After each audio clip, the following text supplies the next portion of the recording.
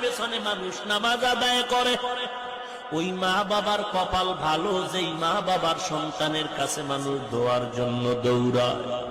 ওই মা বাবার কপাল কত ভালো, যেই মা বাবার সন্তান জমানার বড় আলেম হাফেজ।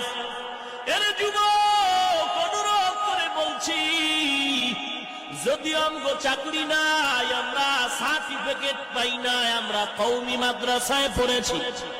অনেকেই তো বলে কওমি মাদ্রাসায় পড়ে কি লাভ, চাকরি পাওয়া যায় না, চাকরি নাই।